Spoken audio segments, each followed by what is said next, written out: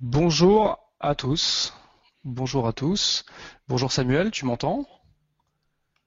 On va certainement faire quelques petites vérifications techniques pour avant de commencer ce webinar. Merci à tous de vous être connectés. Vous êtes déjà un certain nombre.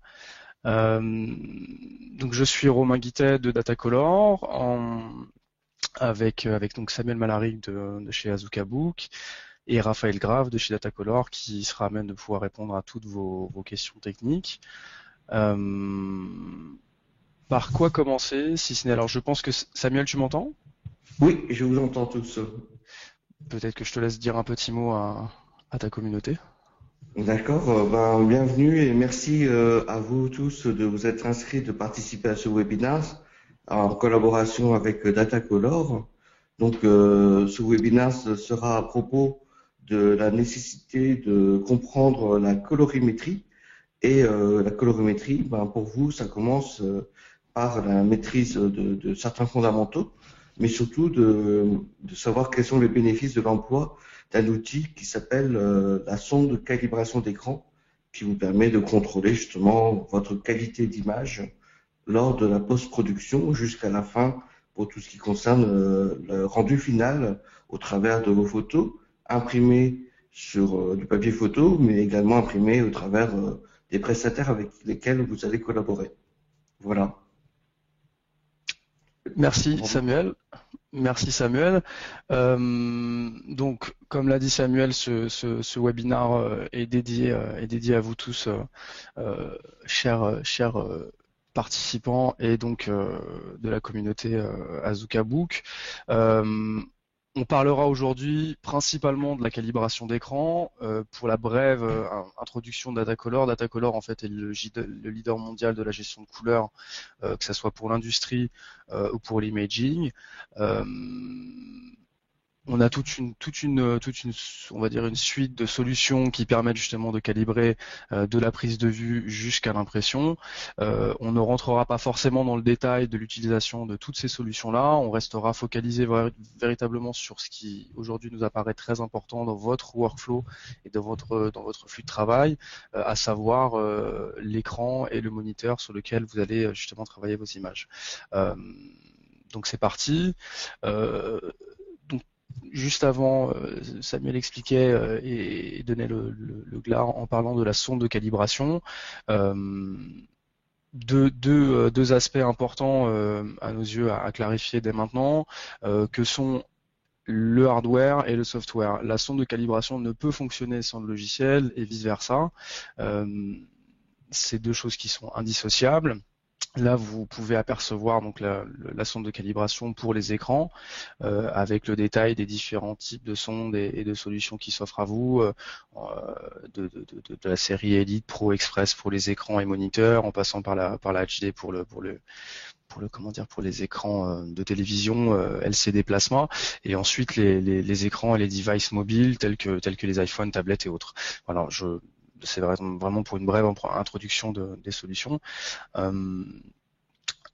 Ensuite, la véritable question qu'il faut se poser, et la vraie question qu'on doit se poser quand on travaille, quand on est photographe, à partir du moment où on a réalisé nos prises de vue et qu'on passe sur notre workflow sur l'ordinateur pour commencer à travailler en post-production, on se pose souvent la question de savoir où sont les véritables couleurs.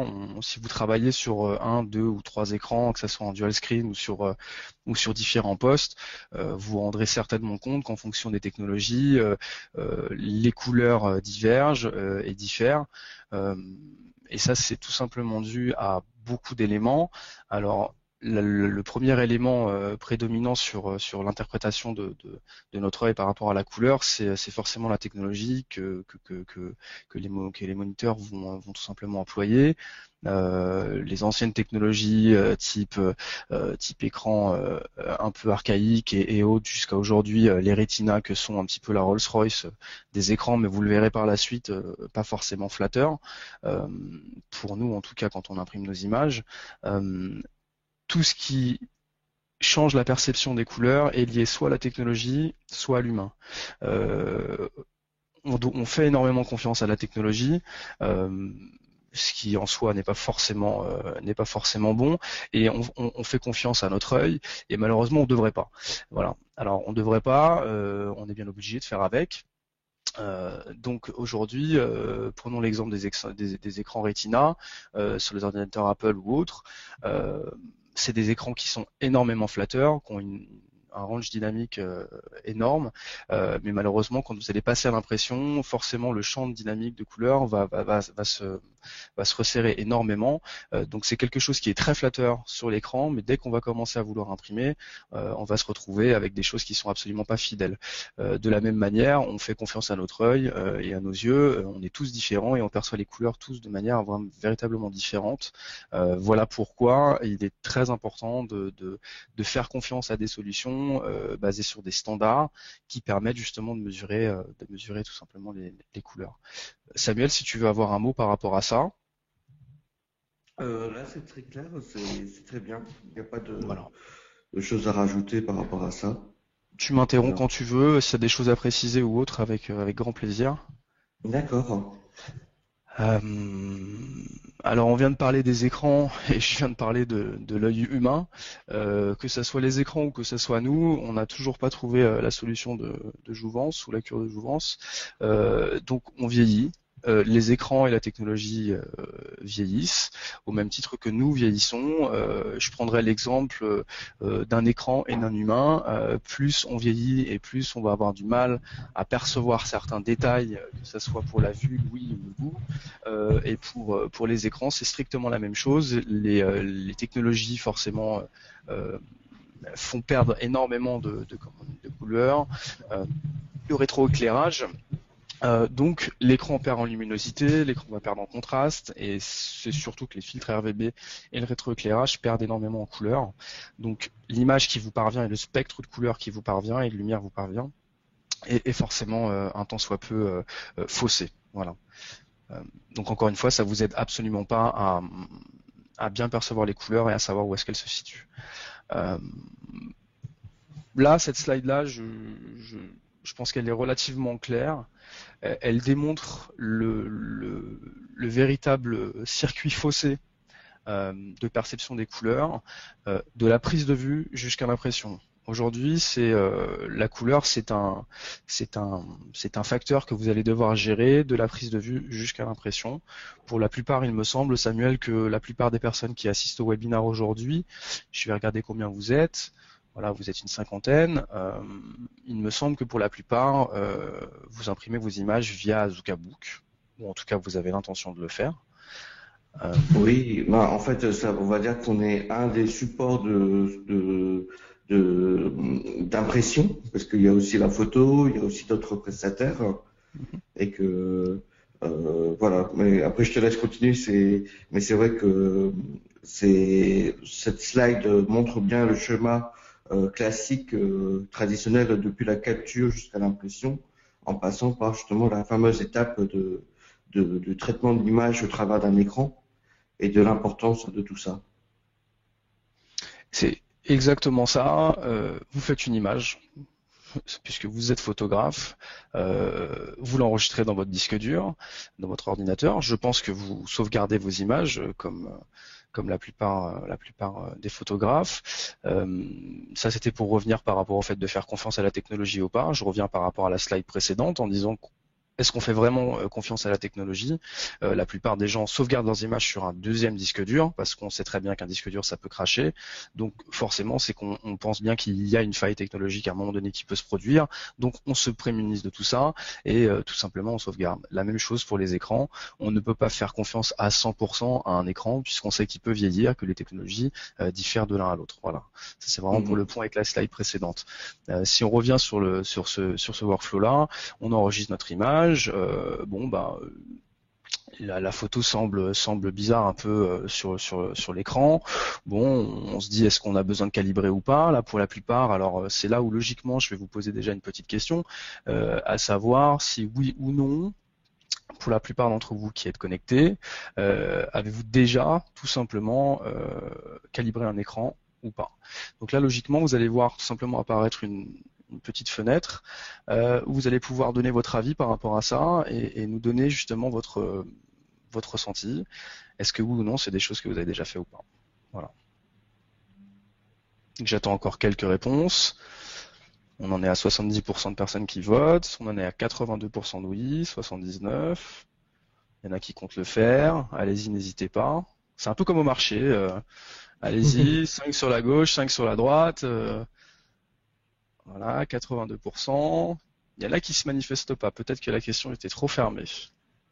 Bon, pour la plupart, ce qui est plutôt rassurant, c'est que vous avez calibré vos écrans, donc vous êtes des personnes qui connaissaient ce genre de problématique.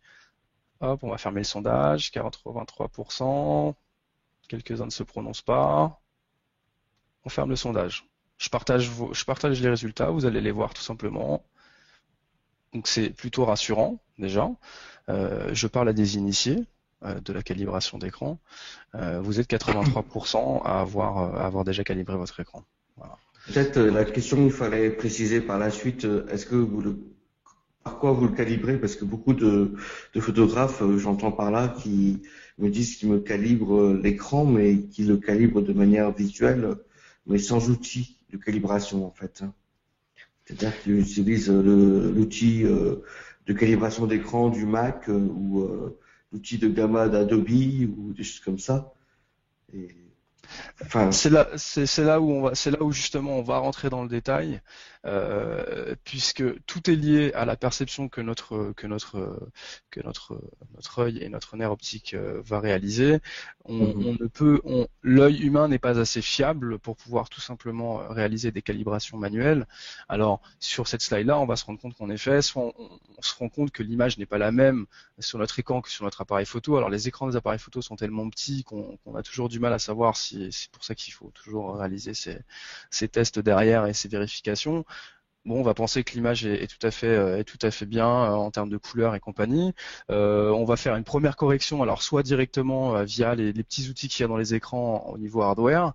On va se dire en effet, ça va un peu mieux. Et puis ensuite, on a réussi à tirer vers quelque chose qu'on préfère. Notre œil s'y habitue. Donc on va se dire que l'image elle semble correcte, donc tout va bien. Et ensuite, on va l'enregistrer et puis on va l'envoyer, soit à notre imprimante, soit chez Azuka, par exemple. Et ensuite on va recevoir notre image 2 semaines après et on va se rendre compte qu'au final c'est absolument pas ce qu'on avait sur notre écran. Pourquoi? Parce que tout simplement la dynamique de contraste et de luminosité n'est absolument pas la même entre votre écran et tout simplement le gamut qu'une imprimante peut interpréter. Voilà. Donc, alors explique voilà. qu'est-ce que c'est que le gamut? Le gamut, c'est l'espace ou c'est l'ensemble d'informations relatives à la couleur qu'un périphérique peut interpréter. Voilà. Donc c'est en général représenté par une comment on pourrait appeler ça, une area, c'est une zone, une surface, voilà, une zone, une surface avec forcément des abscisses désordonnées et on a un espèce de grand rond qui représente l'ensemble des informations relatives et possibles potentiellement interprétables par rapport à la couleur. Et ensuite, on va retrouver les points de référence qui concernent un écran Apple, ensuite qui concerne un capteur, qui concerne une imprimante et ce genre de choses. Voilà. Donc c'est tout simplement l'ensemble des informations relatives à la couleur qu'un périphérique peut interpréter, puisqu'on ne peut pas interpréter, chaque périphérique ne peut pas interpréter l'ensemble des informations de couleur. Voilà. Voilà. Donc c'est le gamut et les informations colorimétriques, c'est exactement le nerf de la guerre. D'un périphérique à un autre, ça ne sera pas interprété de la même manière. Donc la calibration d'écran, la calibration ou la gestion de couleur et la calibration de A à Z de la prise de vue jusqu'à l'impression vise à, entre guillemets, linéariser les couleurs et à standardiser votre flux de travail de manière justement à ne pas être faussé de la prise de vue à l'impression. Donc le fond du problème, c'est où est-ce qu'elles sont les vraies couleurs en fait. C'est tout simplement ça, quoi. Vous allez demander à un photographe culinaire qui prend des super tartelettes à la fraise au Meurice, par exemple. C'est un photographe qu'on accompagne. Vous allez demander de prendre des fraises en photo. Si les fraises sortent roses, ça pose un véritable problème lorsqu'il livre ses images au client.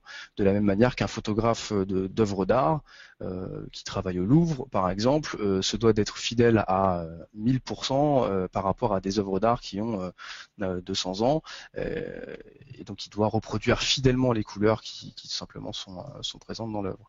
Donc ça c'est les cas extrêmes Allô? de reproduction. Oui. Je crois que Romain, je t'entends plus. Ah, alors est-ce que vous m'entendez? Là, de nouveau, oui. Ouais, il y a une petite interruption peut-être. Oui.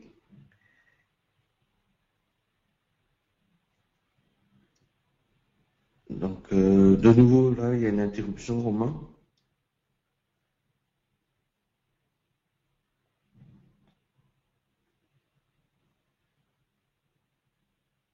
Oui. Donc, désolé pour cette interruption. Il y a un petit réglage certainement technique qui va venir.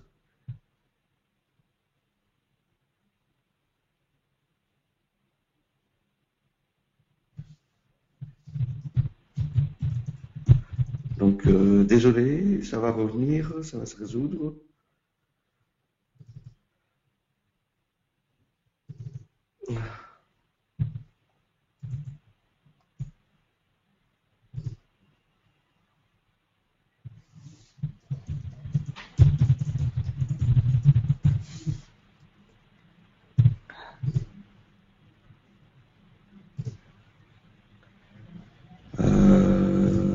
Oui. Et- hop, hop, hop, hop. Est-ce que, je ne sais pas si vous m'entendez, je vais essayer de, de compenser le trou pour l'instant. Donc, ce que Romain vous expliquait, c'est, pour résumer, pour l'instant, c'était le fait de tout ce qui concernait la question de savoir la cohérence, de savoir qui sait voir les bonnes couleurs, parce que l'œil humain, tout comme avec sa rétine, va toujours s'adapter, et donc les couleurs ne seront pas forcément celles que nous interprétons, mais celles qui sont présentées, celles qui sont mesurées par différents appareils de mesure, tels que celui d'un appareil de mesure. Et pour exemple, si vous photographiez, prenez l'exemple d'un photographe culinaire, vous avez telle couleur pour la fraise et qu'elle ne se Samuel, présente pas de la bonne manière. Oui. si tu veux, je peux te donner les droits pour continuer avec ton présentation. Euh, oui. Pour le Ah, je moment. suis de retour. Ah, ok. Voilà. Je suis désolé, je ne sais absolument pas ce qui s'est passé, je n'ai rien touché. Veuillez nous excuser. Alors, comme vous voulez, si vous voulez continuer Romain ou peut-être Samuel veut prendre son présentation, laissez-moi savoir. Je, Parce je que crois que pour Samuel, le du coup, a moment, pas on trop voit eu le toujours choix. ton écran, Romain. Ouais, tout va bien. Non, non, mais je suis désolé, Samuel, du coup, tu as été obligé de reprendre le relais. Non, Bien désolé. j'ai fait juste un petit résumé de ce que tu avais expliqué D'accord. juste auparavant. D'accord. Mais je te laisse terminer et puis je reprendrai le fil après, sans problème. Voilà. Donc voilà, ce que j'ai expliqué, c'était ça, c'est que le problème, c'est de savoir qui a raison, qui voit les bonnes couleurs. Et là-dessus, l'œil humain n'est pas assez fiable pour pouvoir interpréter les couleurs du fait que l'œil s'adapte et que tout l'intérêt d'utiliser ces outils. Voilà. Je te laisse C'est reprendre. D'accord, c'est exactement ça. Moi, je pense que ce qu'il est important de garder à l'esprit, c'est en effet que le cerveau interprète le spectre de couleurs. Chacun à sa manière, on est tous différents et on a tous forcément nos failles. On n'est pas infaillible. C'est pour ça que là, quand on posait la question de savoir qui avait déjà réalisé une calibration d'écran, tu as raison Samuel, la véritable question à poser, c'est par quel biais est-ce que vous avez réalisé une calibration d'écran sur les settings ou les presets de votre écran, ou est-ce que vous avez utilisé des sondes. Ça c'est important. On va passer à la slide suivante tout simplement. Alors je vais vous demander dans un premier temps de regarder à l'écran la case A. parce qu'on sait très bien que nos yeux peuvent nous jouer des tours et que les corrections RVB de notre écran ne suffisent pas pour linéariser les couleurs.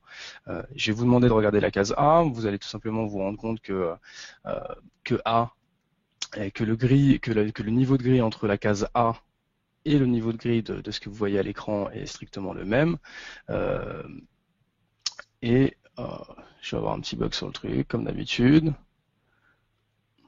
Bon, je ne sais pas si ça s'affiche véritablement bien. Logiquement, le test est beaucoup plus parlant. On va parler tout de suite à la rigueur des settings ou des presets de vos écrans. C'est ce genre de petites choses que vous pouvez voir sur vos écrans en général. Vous allez pouvoir corriger le rouge, le vert, le bleu, mais de manière manuelle. C'est-à-dire que c'est vous qui tout simplement décidez de ce que vous voyez, de ce que vous souhaitez corriger. C'est absolument pas en référence à des standards. Vous savez qu'il y a des standards qui sont fixés par des organisations en rapport à la couleur. Cette calibration manuelle à vue d'œil. Est-ce que les standards, c'est comme pour nous le gris neutre 18% de la charte Kodak? Oui, tout à fait. Tout à fait. C'est ce genre de standard qu'il peut y avoir. Alors la prise en compte logicielle de tous ces standards vont être diverses et variées, mais disons que ça impose une base que nous n'avons pas en tant que photographe expert, amateur, semi-professionnel et compagnie. Voilà. Donc dans l'idée, c'est que manuellement, on ne pourra pas calibrer de manière fiable un écran, puisque c'est à vue d'œil et un peu au pifomètre qu'on va rajouter un peu de bleu, enlever un peu de vert, rajouter un peu de rouge. Donc en bref, on ne peut pas faire ça. On peut le faire de manière très approximative, on a l'impression que ça tire vers le bleu, alors on va enlever un peu de bleu, ça tire vers le rouge, on va enlever un peu de rouge, mais ce n'est pas fidèle. Voilà, ce n'est pas absolument pas fidèle. Et c'est très aléatoire. Donc là, vous verrez à droite, en effet, alors la slide se barre encore. Vous verrez à droite en fait cette courbe où justement le but est de tout simplement tendre à linéariser les couleurs, dans le sens où là vous allez avoir tout simplement sur la courbe RGB en bas et en abscisse et en ordonnée une courbe absolument pas fidèle, c'est-à-dire absolument pas régulière. Si on prend le bleu ou le rouge, le but c'est d'avoir tout simplement une vraie diagonale qui permet de linéariser les couleurs du début jusqu'à la fin sur l'ensemble du spectre de couleurs que vous allez percevoir. Voilà. Et ça, c'est des choses qu'on ne peut pas faire nous manuellement via les presets des écrans. Il faut absolument passer par un logiciel de calibration. D'accord. Voilà. Alors là, on va en venir au logiciel et au son directement. Aujourd'hui, le logiciel et le matériel permettent tout simplement de calibrer tout type d'écran, puisque à partir du moment où il y a un spectre de couleurs qui arrive, la sonde interprète avec des filtres. Le logiciel, lui, va tout simplement faire son calcul. Donc c'est vraiment fait pour tout type d'écran à partir du moment où il y a une source lumineuse et une source de couleur. Voilà. Donc du rétroprojecteur jusqu'au smartphone, comme je vous l'ai expliqué depuis le début. Il y a une petite application pour smartphone et tablette qui est gratuite qui permet justement de réaliser la calibration des tablettes, ce qui peut être pratique pour les photographes qui vont présenter leurs images, que ce soit leurs clients, en agence, ce genre de choses. Voilà. D'accord. Alors les basiques. Là, on va parler vraiment des basiques de je me mets en situation de calibration de mon écran. Alors, avec une sonde, j'ai mon workflow qui est vraiment posé. Ce qu'on conseille en général, c'est de travailler à 30% de luminosité dans une pièce. Donc, il faut un environnement stable, c'est-à-dire une lumière qui ne change pas, de minute en minute. Donc pour ceux qui travaillent dans une pièce relativement lumineuse, on conseille de descendre un petit peu les rideaux à 30 ou 40%. Ensuite, de mettre par exemple les volets à l'espagnolette. C'est des choses qui sont possibles, mais de travailler à 30%. Les volets à l'espagnolette. Alors, est-ce que je me trompe de terme? Je suis pas sûr, mais je garde ça de mon enfance. C'est fermer les volets, mais de laisser un petit peu de lumière. Tu sais, Samuel, avec l'accroche du volet, de laisser un tout petit peu de lumière rentrer, on le ferme pas véritablement, quoi. Voilà, de manière à avoir une source lumineuse quand même, mais de ne pas avoir de lumière directe, puisque le véritable enjeu, c'est de ne pas avoir de source lumineuse directe sur l'écran.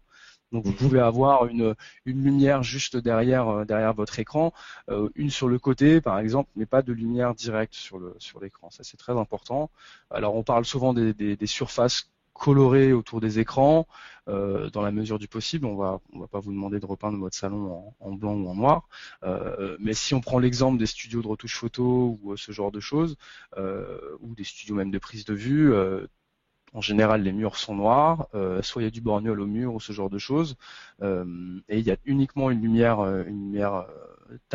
relativement tamisée qui permet tout simplement d'avoir comme source principale dans la pièce l'écran et donc de pouvoir mesurer les lumières et les couleurs comme on a envie. Voilà. Donc ça c'est un peu le basique, c'est essayer de stabiliser au maximum votre workflow de manière à avoir une fidélité quasi permanente lorsque vous travaillez de 7h le matin jusqu'à 23h le soir. Voilà. Après, il y a des possibilités de réaliser des profils de calibrage en fonction de la journée, en fonction du moment dans la journée. Ça, c'est des choses que vous pouvez faire, parce que vous pouvez calibrer, recalibrer à outrance votre écran. Ça, il n'y a aucun souci là-dessus. Voilà. Essayez de travailler aussi, si vous calibrez, ou même quand vous travaillez, de laisser une petite trentaine de minutes votre écran chauffer, puisque forcément, les LED ou toute la technologie qui est à l'intérieur va se lancer différemment. Voilà. Ça, c'est important. Et c'est vraiment des basiques de recommandations. Voilà. Ensuite, si on passe sur la calibration, donc vous avez installé le logiciel Datacolor ou autre, vous prenez votre sonde, les deux sont indissociables, je l'ai dit avant. Tout simplement, le logiciel va afficher les couleurs de référence. Juste avant, je parlais de ces fameux standards ou des couleurs de référence. C'est ça. Alors, on va avoir les couleurs primaires, rouge, vert, bleu.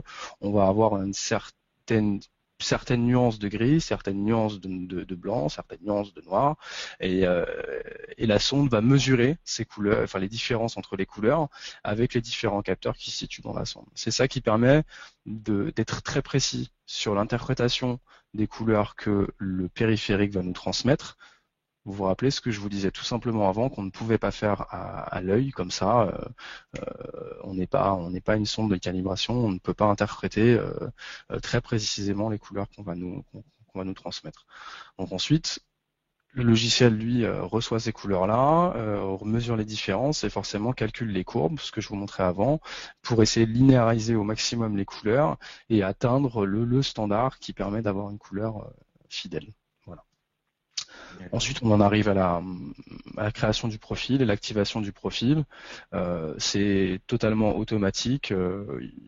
Les choses se font automatiquement. Après, on parlera des versions de compatibilité entre Windows et Mac. Alors, juste avant, est-ce que tu peux préciser ce que c'est qu'un profil ICC pour ceux qui ne savent pas ce que c'est?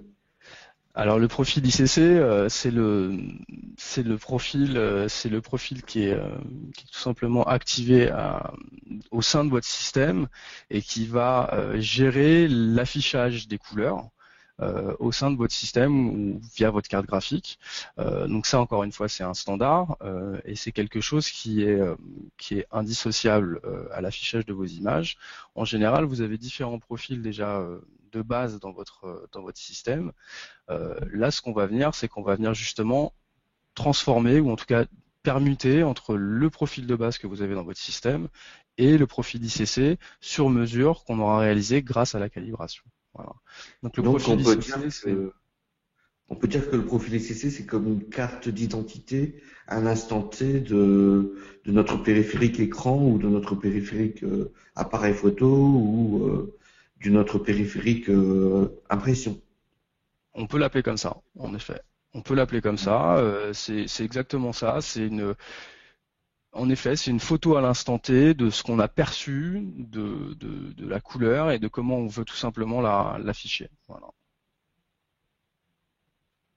Ok. Voilà. Et ça s'applique en effet de la prise de vue. On peut appliquer des profils ICC pour la prise de vue jusqu'à l'affichage sur écran et jusqu'à l'impression. Voilà.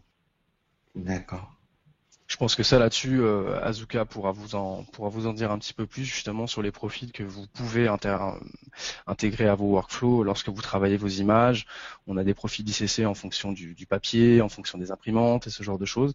C'est exactement la même chose. On va ici créer un profil ICC en rapport à votre écran, à votre périphérique et voilà. D'accord.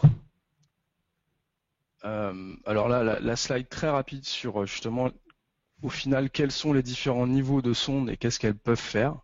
Au final, le logiciel en lui-même mesure, calcule et crée un profil. Les sondes, elles, vont venir récupérer les informations que l'écran envoie et les transmettre au logiciel. La seule chose que vous avez ici, c'est que vous avez un détail des 3 niveaux entre guillemets de gamme. Le Spider Express, par exemple, ne mesure pas la luminosité ambiante, ce que je vous disais par rapport à votre espace de travail et la stabilité de l'espace de travail.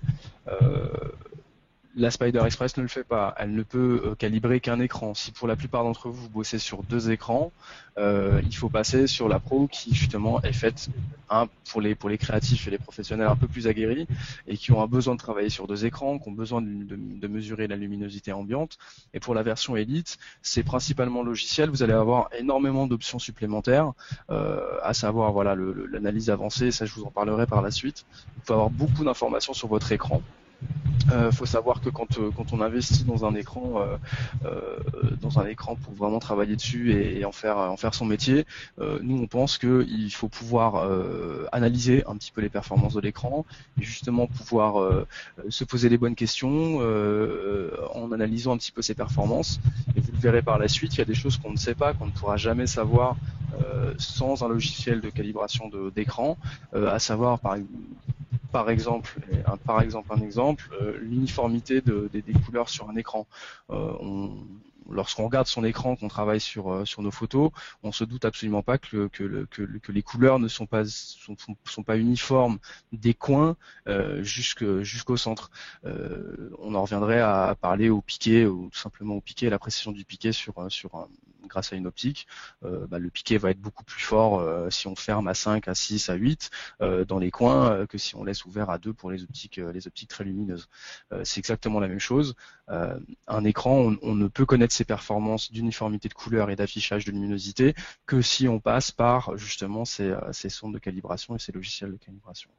Voilà. Donc ça, c'était véritablement juste pour vous préciser les différentes solutions. Si on en revient là, vous voyez une petite image qui vous permettra peut-être plus de comprendre, mais qu'est-ce que c'est que cette araignée qu'on vient coller sur notre écran. J'ai pas trop compris entre le logiciel et la sonde. Il y a une partie logicielle, une partie matérielle. La partie matérielle, elle est décrite ici, et c'est ce que vous voyez là. Ces différents capteurs qui viennent récupérer les images, qui les font passer dans un filtre. Ensuite, vous avez des gélatines et qui viennent interpréter et renvoyer au logiciel qui est en USB. Enfin, la sonde est en USB sur l'ordinateur et qui vient envoyer tout simplement ça au logiciel. C'est des capteurs qui viennent mesurer la couleur. Il faut désacraliser un petit peu tout ça. Il n'y a rien de compliqué en soi. C'est des filtres de gélatine avec différents capteurs qui récupèrent l'image, qui récupèrent les couleurs et qui les transmettent au logiciel. Voilà. Alors après, on va se poser la question, quelles sont les évolutions, pourquoi Spider 4, pourquoi Spider 8, pourquoi Spider 7. Il y a quand même une évolution technologique, il y a une amélioration des technologies, les écrans changent, on a des écrans de plus en plus fidèles, lumineux, avec des rétroéclairages et compagnie, forcément on s'adapte à ça. Et donc les mesures prouvent qu'il y a une véritable amélioration quand on passe à une nouvelle version. Quand on dit outil de calibration évolutif, c'est qu'en fait, à partir du moment où vous avez votre sonde, que ce soit la Pro ou l'Elite, vous n'avez pas forcément besoin de changer de matériel, puisque la longévité est quand même prouvée par rapport à ce genre de matériel. Si vous souhaitez passer de la Spider 4 à la Spider 5 ou de la Spider 3 à la Spider 4, vous avez tout simplement besoin de télécharger l'adware, voilà, il y a un petit firmware qui vient se rajouter et voilà. Donc vous faites évoluer votre version logicielle au gré, voilà. Compatible avec iPhone et iPad, comme je vous l'avais dit avec la Spider Gallery, voilà, c'est quelque chose de relativement pratique pour ceux qui souhaitent avoir vraiment leur chaîne graphique calibrée de A à Z. Voilà. Ok. Alors j'expliquais, tout à l'heure tu me demandais Samuel d'expliquer un peu, de donner un peu de détails par rapport au Gamut. On parlait de cet espace. Vous le voyez là en fait, c'est une espèce de grande aire qui représente les spectres de couleurs que vous pouvez, dont on peut disposer. Et en fonction des profils, on vient voir un peu en fonction du profil qu'on a créé, par exemple. Là on voit qu'on a on a créé un profil Spydercat Express et on veut savoir à combien de pourcents il se rapproche de l'Adobe RVB ou du sRGB que sont les profils relativement courants. Donc, grâce à l'étalonnage, ça c'est votre vue d'ensemble que vous avez à la fin de votre calibration. Ça vous permet d'avoir en effet cette vue d'ensemble pour mieux comprendre le gamut de votre écran, c'est-à-dire l'espace colorimétrique que votre écran vous renvoie. Voilà. Donc ça, sur la version Express, c'est quelque chose de relativement basique. Ça vous donne une image. Alors après, j'ai conscience qu'on n'est pas tous habitués à l'interprétation des gamut et ce genre de choses, mais c'est des choses qui peuvent servir pour comprendre un peu plus l'espace de couleur de vos écrans. D'accord. Sur la version Pro, il y a des choses qui sont un peu plus avancées, puisque vous pouvez justement avoir relativement plus de détails et effectuer des tests un peu plus poussés. Vous le voyez là, on peut voir un peu la réponse des tonalités et voir un petit peu le point blanc de l'écran, si ça peut être relativement intéressant, la luminosité et le contraste du point blanc. Ça, c'est des choses qui, quand vous vous intéressez un peu plus à la gestion de la couleur, ou vous travaillez sur des domaines ou des champs de photographie qui vous amènent à devoir gérer la couleur de manière relativement poussée, toute la solution logicielle pro est quand même plus adaptée. Voilà. Vous avez vraiment plus d'options et plus de détails dans lesquels vous pouvez rentrer. Voilà. Et là, notamment, quand on prend cet exemple-là, on se rend compte qu'on a calibré un écran HD, donc un écran vidéo. Là, je pense aux vidéastes, puisque c'est très utilisé par les vidéastes et les monteurs vidéo. Il y a un véritable intérêt de calibrer leur écran de manière très fidèle pour ensuite passer aux étapes d'étalonnage et autres sur des logiciels très poussés. Je pense à une entreprise qui est sur Paris qu'on aide sur la gestion de leur workflow. Ils passent sur des gros logiciels type DaVinci Resolve, et ils sortent des exports 4K pour le cinéma. Les couleurs doivent être le plus fidèles possible, mais ils sont obligés de travailler sur une base qui est la plus fidèle possible également, quoi. Donc on passe forcément par ces solutions-là et c'est adapté autant pour la photographie que pour la vidéo. Voilà. La version Elite, alors Samuel, tu m'entends, hein? Tu me dis si ça coupe, ouais, parce que maintenant j'ai peur de... Non, c'est bon, je t'entends. Tout va bien. Voilà, version Elite, rien de nouveau sous le soleil, juste que tout simplement vous avez encore des options en plus. Je parlais tout à l'heure de l'uniformité de l'écran et de la précision des couleurs. Ça c'est plutôt intéressant dans le sens où je prends souvent l'exemple de notre investissement en tant que photographe. Là, pour la plupart, Samuel m'expliquait quand même, il y avait beaucoup de professionnels parmi vous. Qui dit professionnel dit entreprise, dit investissement. Aujourd'hui, les investissements dans les appareils sont relativement astronomiques. Dans le matériel qu'il y a autour aussi, les accessoires. Ensuite, on prend nos images et puis si on fait un peu de lumière en studio, c'est pareil, ça coûte très cher. Et puis ensuite, on passe sur l'écran. On investit beaucoup dans les ordinateurs et on a besoin de savoir exactement pourquoi on le fait. En général, on essaie de garder le plus longtemps possible nos périphériques et notre matériel, puisque j'ai conscience de l'évolution des métiers de la photographie et de la difficulté d'en faire un métier et de la difficulté de valoriser son travail et compagnie. Et je connais ce genre de problématiques et je suis convaincu que c'est très important de savoir où est-ce qu'on place nos billes entre guillemets et de savoir où est-ce qu'on investit et pourquoi on investit. Alors sur l'uniformité de l'écran et la précision des couleurs, là je prendrai l'exemple des écrans Apple et des écrans EIZO. Les écrans Apple sont des écrans extrêmement flatteurs. Je pense qu'il y en a beaucoup parmi vous qui bossent sur des écrans d'iMac, par exemple. Alors oui, c'est un très bel objet. Il est très beau. Il est super glossy. Il nous donne une image magnifique avec une dynamique de luminosité et de contraste qui est juste monstrueuse.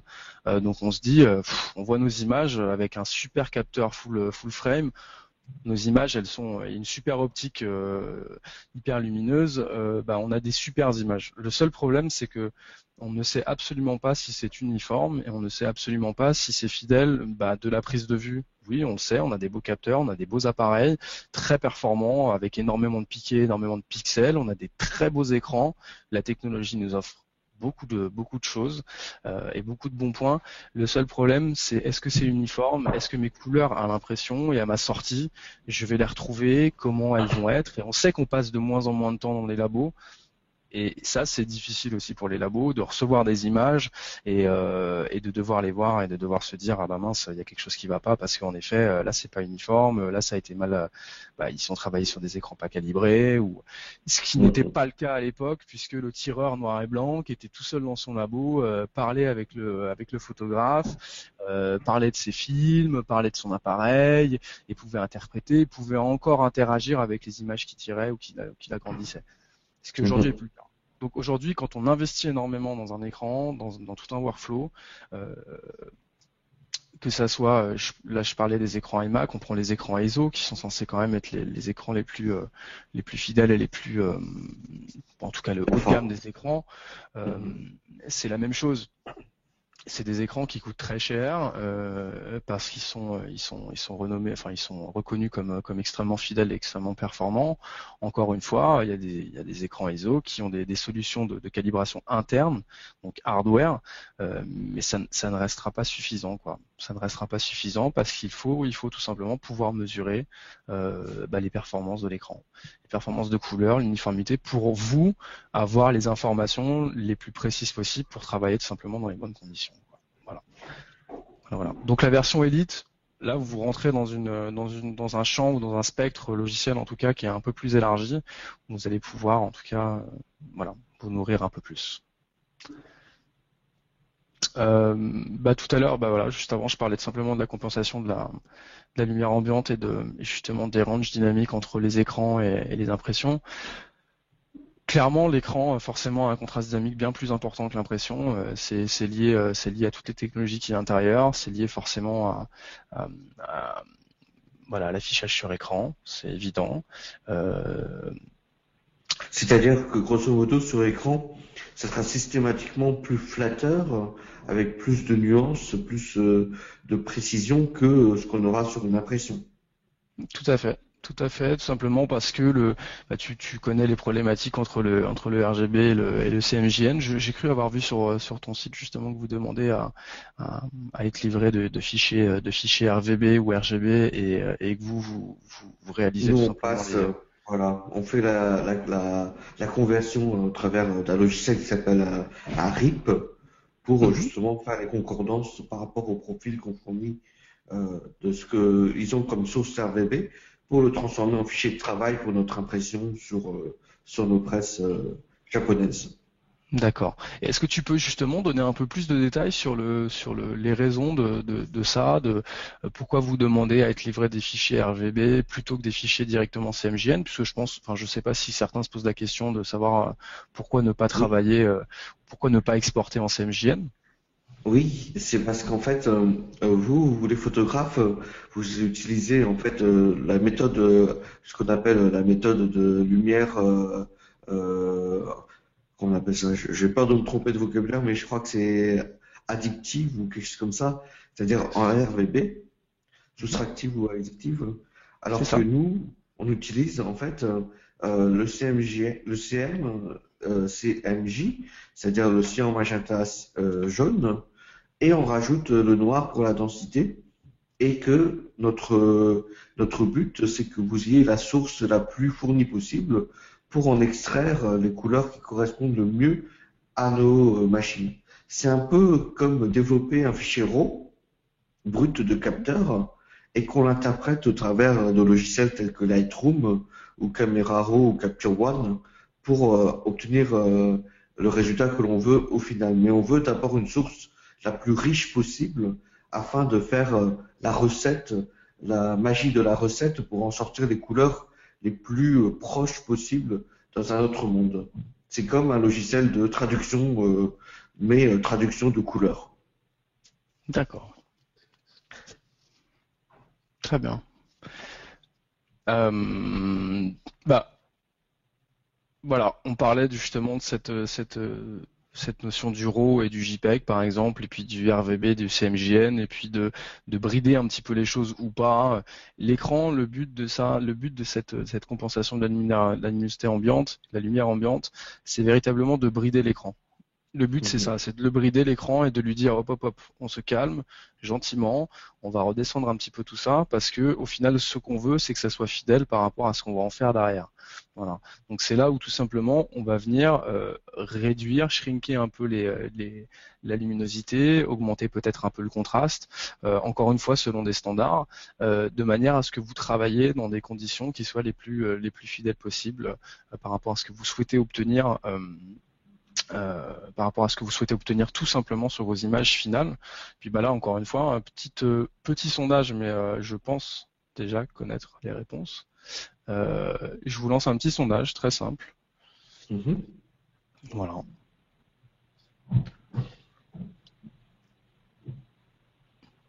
C'est-à-dire suite à une calibration.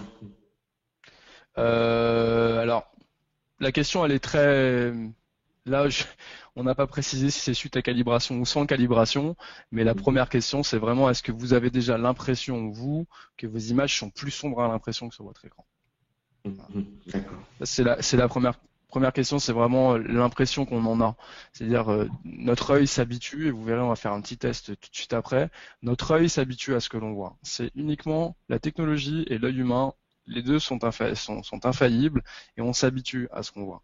Et donc il faut tout simplement passer par des étapes où il faut faire confiance à d'autres éléments, il faut faire confiance à des solutions qui sont dédiées à ça pour nous sortir un petit peu de ce carcan-là, quoi. Voilà. Donc je ferme le sondage puisqu'il y a une petite vingtaine. Voilà.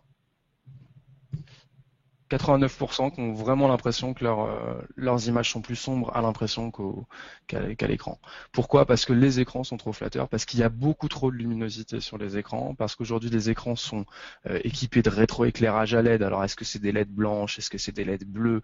Tout ça change énormément l'interprétation qu'on en fait. Donc forcément, si on travaille sur un écran qui n'est pas calibré, qui a énormément de luminosité ambiante, enfin de luminosité et de rétroéclairage, bah forcément on va baisser nos lumières, donc toutes nos teintes, nos hautes teintes, nos hauts teints et compagnie, nos blancs et on va tout redescendre un petit peu.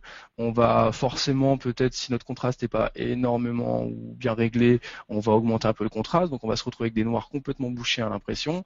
Et ça, c'est des choses qui peuvent vraiment poser problème lorsqu'on commence à imprimer 1, 2, 3 livres pour un client, par exemple. Ça commence à coûter vraiment des sous. On se retrouve avec tout simplement des zones d'ombre et des nuances de gris qui sont pas détaillées. Voilà, c'est des choses qui ont leur importance. Voilà. Voilà. Là, je reviens tout simplement à ça. On va venir compresser entre guillemets les performances de l'écran. C'est tout simplement ça. Le profil ICC, il vient aussi brider les performances de l'écran un minimum. Parce que les performances sont tellement larges et tellement flatteurs, parce qu'on nous propose en effet des choses superbes, mais dont on n'en aura pas forcément l'utilité, ou en tout cas quand on passe sur l'étape d'impression, on n'en a absolument pas besoin. Tout à l'heure, je parlais de l'uniformité justement de l'écran. Sur la version Elite, si vous regardez bien là, en fait, ça vous montre. Moi, je prends souvent l'exemple du piqué sur une optique, en fait. Vous allez vous retrouver en effet avec énormément de piquets ou de vignettage, on va dire. Si vous êtes à 2,8, vous allez avoir énormément de vignettage dans les angles. Si vous commencez à fermer 4, 5, 5, 6, 6, 8, 11, boum. Vous allez vous retrouver avec un piqué qui est excellent sur toute la plage focale. Et ben c'est exactement la même chose en fait. Ça, grâce justement à la mesure et à la mesure des informations que la sonde va envoyer au logiciel, on va tout simplement pouvoir recevoir les informations d'uniformité de l'écran pour voir où se situent les couleurs, où se situent les entre guillemets les pics de luminosité ou les pics de contraste. Tout simplement avec des pourcentages, on voit les rapports entre où est-ce qu'on doit être le plus proche pas des valeurs de référence. Donc là, on se rend tout simplement compte qu'au milieu, bah forcément, c'est au milieu où tout se situe, c'est là où l'œil se focalise, c'est en général là où on travaille, même si on vient cropper dans l'image ou qu'on vient déplacer son image pour la retoucher, pour modifier les couleurs. Je pense notamment à caméra RAW et ce genre de choses. C'est au centre qu'on a besoin, de plus de fidélité, quoi. Et c'est pas forcément le cas. Voilà.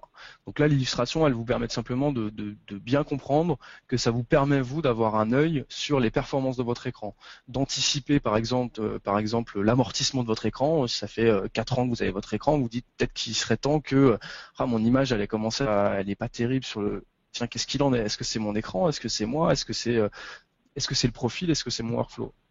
Les sondes et les versions Spider et compagnie vous permettent justement de pouvoir aborder tout ça et d'avoir un peu plus de conviction en rapport à la couleur et au traitement de vos images. Voilà.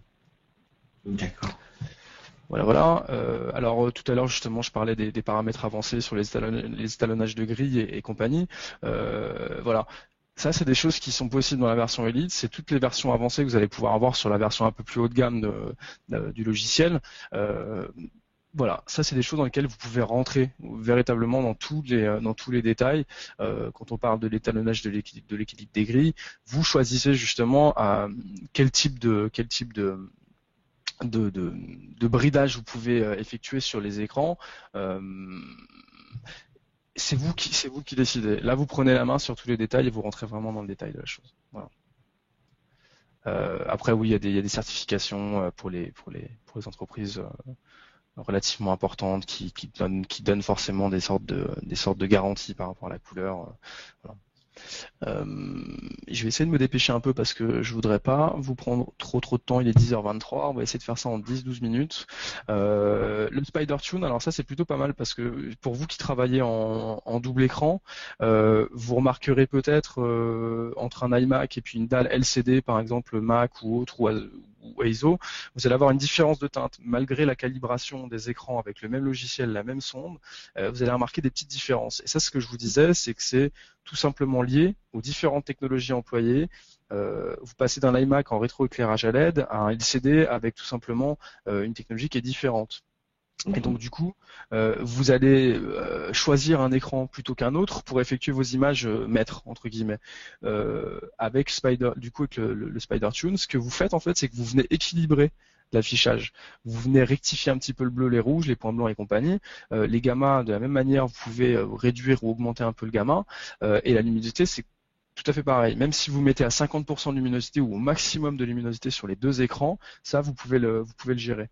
Et ça a une véritable incidence sur votre confort de travail quand vous travaillez en double écran, par exemple. Voilà. D'accord. Et quand c'est comme ça, lequel on doit prendre comme référence, on doit prendre est-ce que ça a une influence sur le résultat final de la calibration ou en fait on est en train de détruire la calibration? Non, on détruit pas la calibration, on a juste un minimum. Alors après c'est au choix, c'est en fonction de l'écran principal sur lequel vous travaillez. Moi j'aurais tendance à dire que si on travaille sur un écran ISO et qu'à droite on va avoir un LCD Apple ou qu'on va avoir un écran un tout petit peu moins haut de gamme ou autre, ou même on bosse sur un iMac et à droite on a un autre écran, moi je prendrais la valeur de référence de l'iMac puisqu'on l'a calibré pour ça. À droite, on va avoir calibré notre écran aussi, mais il faut quand même adapter. À un moment donné, il faut faire un choix. Soit la vie est faite de compromis dans la photographie, j'ai toujours envie de dire. C'est toujours ça. Il faut choisir un écran principal sur lequel vous bossez. Et s'il y a un second écran, dans ce cas-là, l'adapter à l'écran principal, tout simplement. D'accord. Voilà, mais en soi, ça ne détruira absolument pas la calibration, ça ne détruira pas le profil, ça le fera évoluer. Voilà, ça le fera évoluer, ça l'adaptera à vos besoins. Ok. Voilà. Là, on va faire un petit test, très très simple. Je vais vous demander à tous, s'il vous plaît. Alors, du coup, je peux pas vous voir. C'est toujours ça qui me manque avec les webinars, c'est que je vous ai pas en face de moi. Mais je vais tous vous demander de regarder le point blanc au milieu. Uniquement le point blanc. Je veux pas que vous regardiez les cadres autour. Vous regardez le point blanc. Là, vous regardez toujours le point blanc. Je vous fais confiance, hein. Le point blanc, ni le vert ni le rouge, mais le point blanc. Et là, vous continuez de regarder le point blanc. Et je suis convaincu que vous voyez une véritable différence. Et maintenant, arrêtez de regarder le point blanc et puis regardez les deux images. Waouh. Alors ça me fait plaisir parce que j'entends Samuel quand même qui me dit waouh. Donc je me dis quelle a été ta réaction, Samuel? Je voyais des dominantes et que, en me focalisant sur le point blanc, je voyais des dominantes, je voyais des différences de teintes certainement influencées par le rouge et le vert des carrés précédents. Et en élargissant mon champ de vision, je vois que les deux images sont identiques. Eh bien écoute, on va demander, on va poser la question un peu à tout le monde.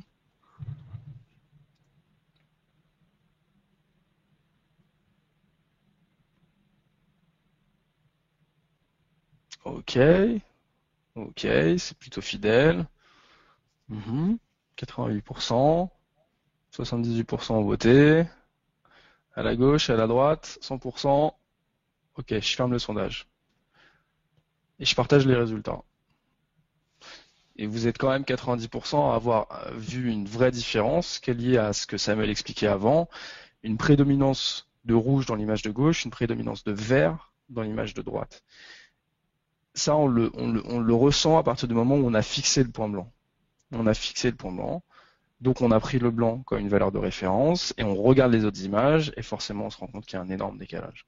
Encore une fois, c'est ce qui a drivé un peu le début de la réflexion, c'est de dire euh, c'est en fonction de ce qu'on perçoit qu'on interprète et c'est en fonction de Mhm. ce qu'on interprète qu'on agit.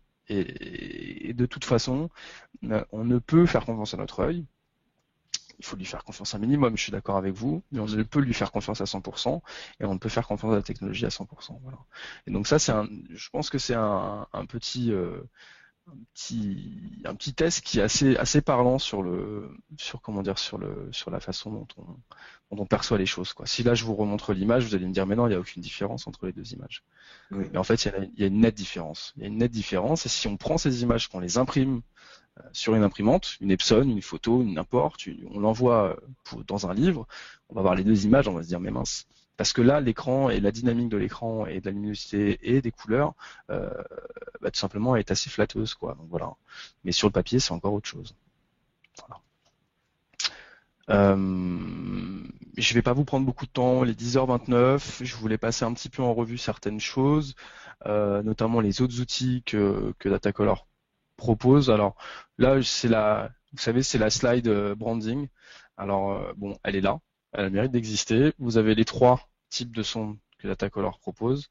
Vous avez un bundle. Le bundle, c'est cette sonde, la charte de couleurs et le Spider Cube que vous voyez au-dessus. Ça, c'est très bien pour la prise de vue. C'est une charte de couleurs qui vous permet de créer un profil de calibrage tout simplement pour ensuite automatiser votre post-production. Ça devient tout simplement un profil colorimétrique que vous appliquez à toute une série de photos. Si vous faites du studio, c'est super. Le cube, c'est parfait pour les hautes lumières, le niveau de gris, le contraste et le point blanc. Là, vous avez quelque chose de référence dans votre image qui vous permet encore une fois de gagner un temps, mais très très précieux en post-production. On n'y pense jamais à ces petits smart tools, mais c'est très très utile. Je vous laisserai les découvrir, faire vos recherches si vous en avez envie, il n'y a aucun problème là-dessus. Mais voilà, je vous le précise, j'aurais bien voulu rentrer un peu plus en détail. Mais pour vous qui êtes photographe professionnel, c'est un peu, oui, en effet, c'est la solution clé en main, c'est la mallette, carré, pro, j'arrive en studio, je shoot mes modèles, je leur passe la charte de couleurs, hop, je me crée un profil et puis c'est parti, quoi, voilà. Et voilà pour la vidéo aussi. Euh, voilà, le cube, c'est le petit truc qui coûte pas grand-chose, et ça coûte vraiment pas grand-chose. Et c'est très très utile. C'est extrêmement utile. Je vous laisserai le soin d'aller voir un petit peu tout ça.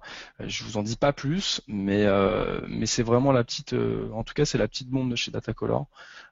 Et ça devrait être, enfin chaque photographe devrait être équipé de ce genre de choses parce que vous avez les hautes lumières sur la petite boule qu'il y a en haut pour prendre avec la pipette. Vous avez les vrais gris, le blanc, le noir. Alors le noir c'est comment aller chercher son noir profond. Vous verrez qu'il y a une espèce de petit trou en dessous le cube. En fait, pour faire votre point noir et aller chercher votre noir profond, vous allez venir chercher le fond du trou, du petit cube, et le but c'est qu'avec justement votre réglette et le curseur de contraste, vous ajustiez et que vous ne voyez absolument plus justement ce trou qu'il y a dans le cube. Voilà. Et là, vous avez votre noir profond et vous avez un véritable contraste détalonné, quoi. Voilà.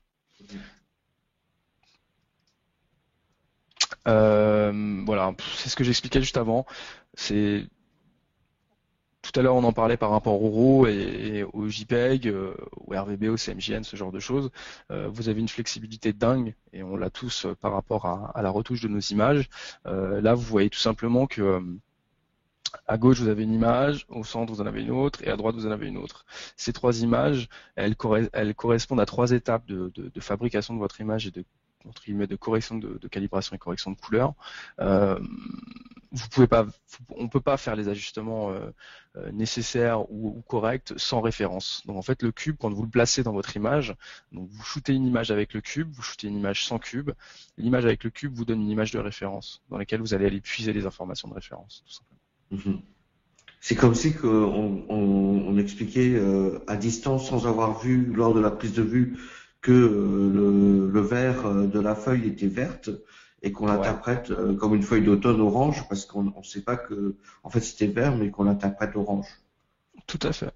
C'est exactement ça. C'est qu'on fait confiance à notre œil, quoi. On voit une image, on voit une feuille, pour nous elle est verte, sauf qu'elle est verte mais qu'elle tire vers le magenta, ou en fonction de la balance des blancs qu'on a effectuée sur le moment, on n'est pas sûr, alors on se dit on va pouvoir corriger derrière. Oui, on va pouvoir corriger derrière, mais par rapport à quoi? Par rapport à la perception qu'on en a? Et ben justement non, ce petit truc vous pouvez l'accrocher dans un arbre, vous pouvez le mettre sur un tripode parce qu'il y a une monture, une petite mouture, un pas de vis, vous mettez ça sur un pied photo, vous mettez ça sur la charte couleur, vous l'emmenez partout quoi. Et c'est quelque chose qui permet d'avoir les couleurs de référence. Vous avez un vrai blanc, vous avez un vrai gris, vous avez un vrai noir absolu. Et ensuite on va chercher les hautes lumières. Donc ça nous permet tout de suite de faire l'ajustement quoi. Voilà. Ça, c'est vraiment le SpiderCube, c'est vraiment l'outil que moi je vous conseille si vous faites de la prise de vue en studio ou en extérieur ou ailleurs ou quoi que ce soit. Ça coûte rien et ça vous fait gagner un temps dingue. Voilà. Le Lenscal, ça c'est pas mal. Si vous bossez avec un parc d'optique, relativement important et que vous envoyez par exemple une fois par an vos optiques pour les faire régler, là je pense au back focus, au front focus, ça va vous coûter beaucoup, ça va vous coûter cher. Le Lenscal, c'est pareil, petit outil. Pas grand chose, ça coûte vraiment pas grand chose et ça vous permet à vous, en fonction des appareils que vous avez, parce qu'il faut quand même un certain niveau d'appareil, alors je pense qu'après il y a le détail, ça vous permet de vous-même effectuer des micro-ajustements et des micro-ajustements d'autofocus. Donc vous allez régler l'autofocus pour voir si tout simplement vous avez un problème de back ou de front focus, ce qui arrive. On prend l'exemple justement de cette montre-là. Vous regardez l'aiguille à gauche. Donc on a fait la mise au point au centre sur l'aiguille. On se rend bien compte qu'au final, il y a tout simplement un problème de back focus puisqu'on demande la mise au point sur l'aiguille et au final on a la mise au point sur le 2. Ça nous pose un petit problème. En termes de fidélité, sur des optiques pas données, où on doit avoir un autofocus hyper rapide et compagnie, si l'autofocus ne marche pas, autant passer avec un M4 et pas avoir d'autofocus, quoi. Voilà, et rester à l'argentique. C'est exactement ça. Comme on a beaucoup de photographes de portraits de mariage, si on faisait la mise au point sur le regard et qu'au final ça se fait sur le nez et qu'on n'a pas le cliqué sur le regard mais sur le bout du nez. Et c'est dommage. C'est dommage parce qu'au final, on va pas s'en rendre compte sur les petits écrans. On va penser qu'on a une optique sérielle hyper calibrée et compagnie. Et on se rend compte qu'au final, alors oui, les optiques sont très fidèles, mais on a besoin de les recalibrer avec son boîtier. Donc en général, ce qu'on fait, c'est qu'on envoie au SAV, alors Canon ou autre, Nikon, on leur donne notre boîtier, notre optique, on leur dit s'il vous plaît, vous nous les réglez. Et ils nous les règlent au poil, nickel. Le problème, c'est que ça coûte 100 à 150 euros par optique, ce qui est quand même pas donné, alors qu'on peut le faire nous-mêmes, parce que les fabricants et les manufacturiers ont doté certains boîtiers de ces possibilités de régler et d'ajuster en fait en fonction de chaque optique. Et vous pouvez créer des micro-ajustements pour chaque optique. Vous avez un 35 mm, un 85 mm, un 24-70, un 24-105, vous créez vos micro-ajustements pour chaque optique. Et même si vous ne créez pas des micro-ajustements, avec cet outil-là, vous pouvez vérifier si oui ou non vous avez des problèmes de back et de front focus. Cet outil-là, il coûte 60 euros, je crois, quelque chose comme ça. Les envoyer, les 4 optiques plus l'appareil, avec les frais de port, le colis poste, nanana, pas avoir son appareil pendant 2 semaines, je le sais puisque ça m'arrive, c'est un véritable problème. Et là, vous avez un petit outil hyper smart, hyper intelligent pour la prise de vue, quoi. Voilà. Et typiquement, ce que tu disais, Samuel, c'est exactement le cas de la jeune femme qu'on voit là. On veut la mise au point en fermant un peu le diaph sur les yeux. On veut pas la mise au point sur le nez. Voilà. C'est typiquement ce qui se passe, quoi. Et si vous êtes pas mal de photographes de mariage ou photographes de portrait et compagnie, ça s'applique encore plus au portrait qu'à la photo d'architecture, puisque la photo d'archi, la mise au point, on ferme à max pour avoir L'hyperfocale. exactement, et puis la profondeur de champ la plus. Alors voilà, là je vous expliquais, donc voilà, en fonction des boîtiers dont vous êtes équipé, vous avez oui ou non la possibilité d'ajuster. Vérifiez quand même ça si vous vous intéressez à cet outil-là, mais vous avez vu, c'est quand même assez étendu. Bon, pour tout ce qui est 5D Mark II, Mark III, un DS, bref, plus les D800, D800E, on se pose pas la question, vu le prix des boîtiers, mais pour les autres, vaut mieux se renseigner quand même un tout petit peu avant, mais dès le 50D ça commence. Quoi, voilà. Le Spider Shaker et le Spider Cube, c'est ce que je vous ai expliqué tout à l'heure, c'est entre guillemets fidélité des couleurs, fidélité des tonalités. On en est là, quoi. Depuis la calibration de l'écran, et ben c'est la même chose, quoi. La suite logique de la prise de vue jusqu'à l'écran. Et ça, c'est le petit outil, pareil, très malin. Vous faites un portrait de la jeune femme. D'abord, vous la shootez comme ça, pan. Ensuite, vous prenez votre image, c'est votre image de référence. Vous la shootez sans la charte de couleurs et ensuite vous appliquez les réglages, tout simplement. C'est exactement comme c'est plus précis que de faire un mode ce qu'on appelle le mode pro chez Nikon pour la température de couleur. Exactement. Alors ouais, là on rentre dans les détails parce qu'en fait du coup vous avez un petit fader ici, le fader checker, pour voir si oui ou non les couleurs sont passées. Donc en fait c'est quelque chose qui vous permet de voir si c'est exposé au soleil et ce genre de choses. Les photographes de mode par exemple l'utilisent beaucoup pour les shootings en extérieur. Ils posent ça, mais bon si ça prend le soleil, on se rend compte ou pas de l'usage de l'usage tout simplement du carton. Les cartons changent, donc ça coûte pas très cher, et vous avez une charte de couleur en permanence avec vous. Alors après, le photographe d'œuvre d'art dont je vous parlais tout à l'heure, le photographe d'œuvre d'art, il n'a pas besoin de 48 couleurs, il en a besoin de 250. Donc en fonction de votre utilisation, renseignez-vous parce qu'on peut pas fournir les 250 couleurs quand même. Mais 48, c'est largement suffisant pour les teintes de peau, pour les couleurs primaires et pour l'utilisation qu'on en fait, quoi. D'accord.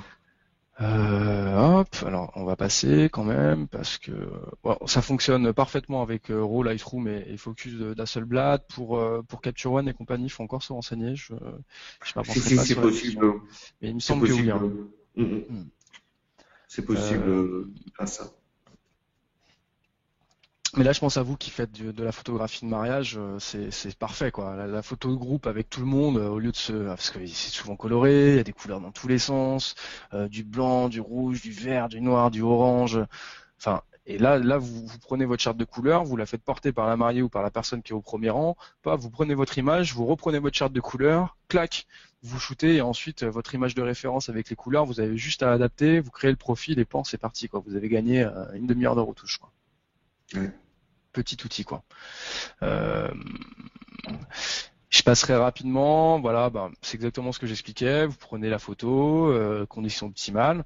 Vous avez les couleurs de référence et d'en haut, vous allez tout simplement corriger automatiquement les choses, quoi. Voilà. Donc là, il y a quand même une nette différence. Hop. Ça marche très bien dans Lightroom. Ça corrige les tonalités directement. Voilà. Alors là, je reviens à un petit truc. Quand même plutôt intéressant, c'est le soft proof. Du coup, c'est comment intégrer en fait le profil d'impression ou enfin le format d'épreuve dans Photoshop pour justement intégrer le profil ou format d'épreuve de d'Azuka. Je pense que pour la plupart d'entre vous, vous le faites déjà. Je pense que je sais pas du tout, Samuel, toi, si tu le ressens sur les images que vous recevez, sur le. Ça va dépendre du niveau d'exigence et du niveau de culture technique, on va dire, des photographes. Et que là-dessus, c'est surtout on a beaucoup de demandes plus dans une clientèle type publicitaire, industrielle, où il faut réellement avoir une correspondance exacte et surtout aussi pour les photographes de paysage qui veulent ne pas avoir de cassure dans les nuances de dégradé et qui veulent prévisualiser au plus proche sur l'écran quel est le résultat final. Et pour le coup, justement, j'utilise le softproof, la prévisualisation des breuvages sur Photoshop avec l'utilisation de notre profil ICC Azuka Book. D'accord. Bon, donc du coup, je pense que c'est quelque chose qu'on devrait tous faire en effet. Alors après qu'on soit professionnel en industrie ou en photographie, vous l'aurez compris durant tout ce webinaire, la question a été de se poser la question de comment on doit, comment doit-on juste essayer de travailler dans les conditions optimales en rapport à l'interprétation qu'on va faire des couleurs, de la luminosité et de tous ces éléments qui sont relativement importants euh, pour obtenir des images fiables. On demande une fiabilité, une performance assez importante à nos boîtiers. Je pense qu'on est en droit d'exiger de la même chose de nos écrans et de nos imprimantes. Néanmoins, ça passe par une recherche, ou en tout cas par un travail un tout petit peu plus approfondi de ce qu'est la gestion de couleurs. Donc là, si la question se pose par rapport au softproof, j'ai tout simplement indiqué l'URL que je peux vous envoyer tout de suite.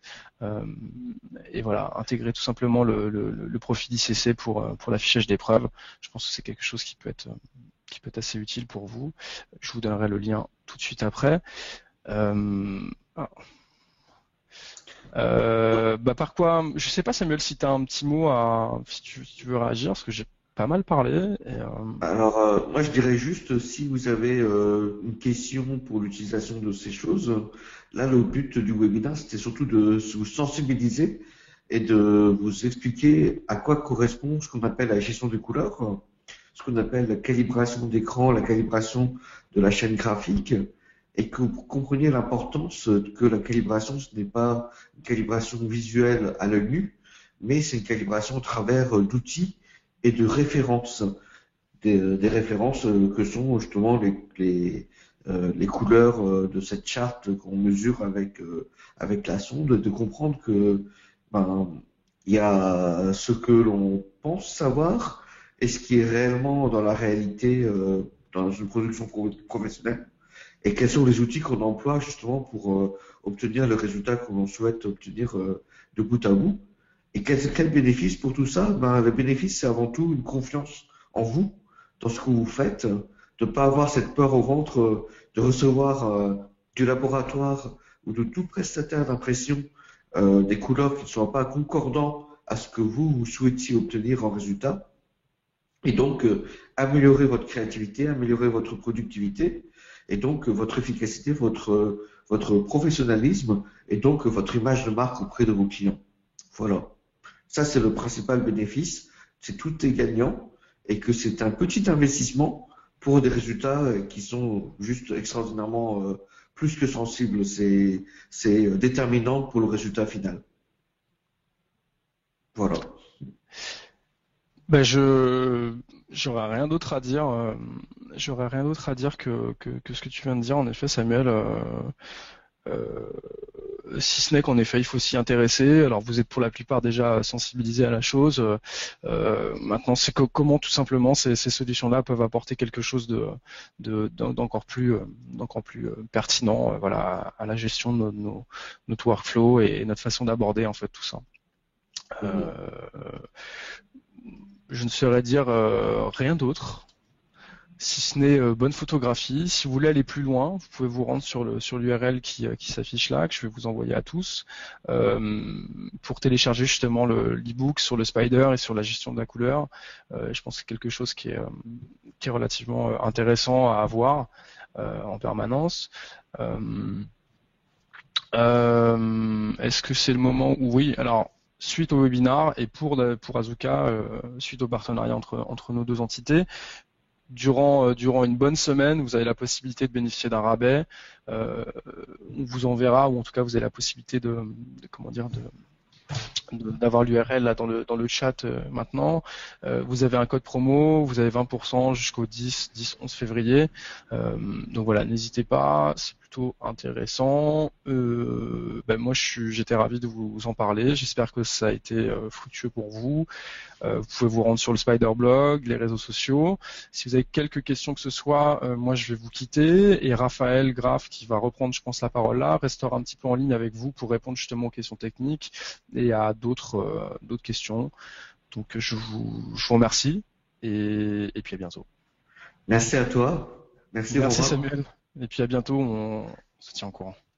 On se tient au courant. Merci beaucoup. À bientôt. À bientôt.